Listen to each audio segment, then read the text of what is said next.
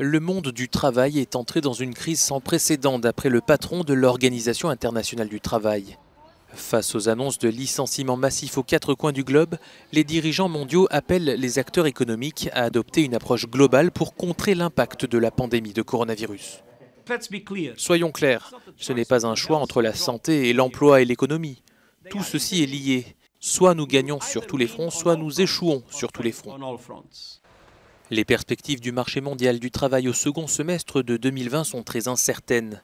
La reprise économique prévue ne sera pas suffisante pour que l'emploi retrouve son niveau d'avant-crise, selon l'Organisation internationale du travail.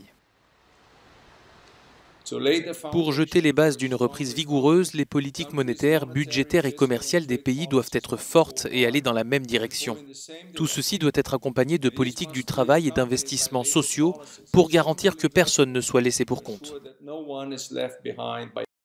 Face à l'augmentation du chômage et aux restrictions liées aux différents confinements, le digital doit permettre, selon le FMI, de créer de la richesse et atténuer les conséquences de la pandémie. Il sera essentiel d'investir dans les compétences et les infrastructures numériques. Et nous devons réfléchir sérieusement aux moyens de nous assurer que la croissance rapide du secteur numérique débouche sur des avantages largement partagés dans nos sociétés.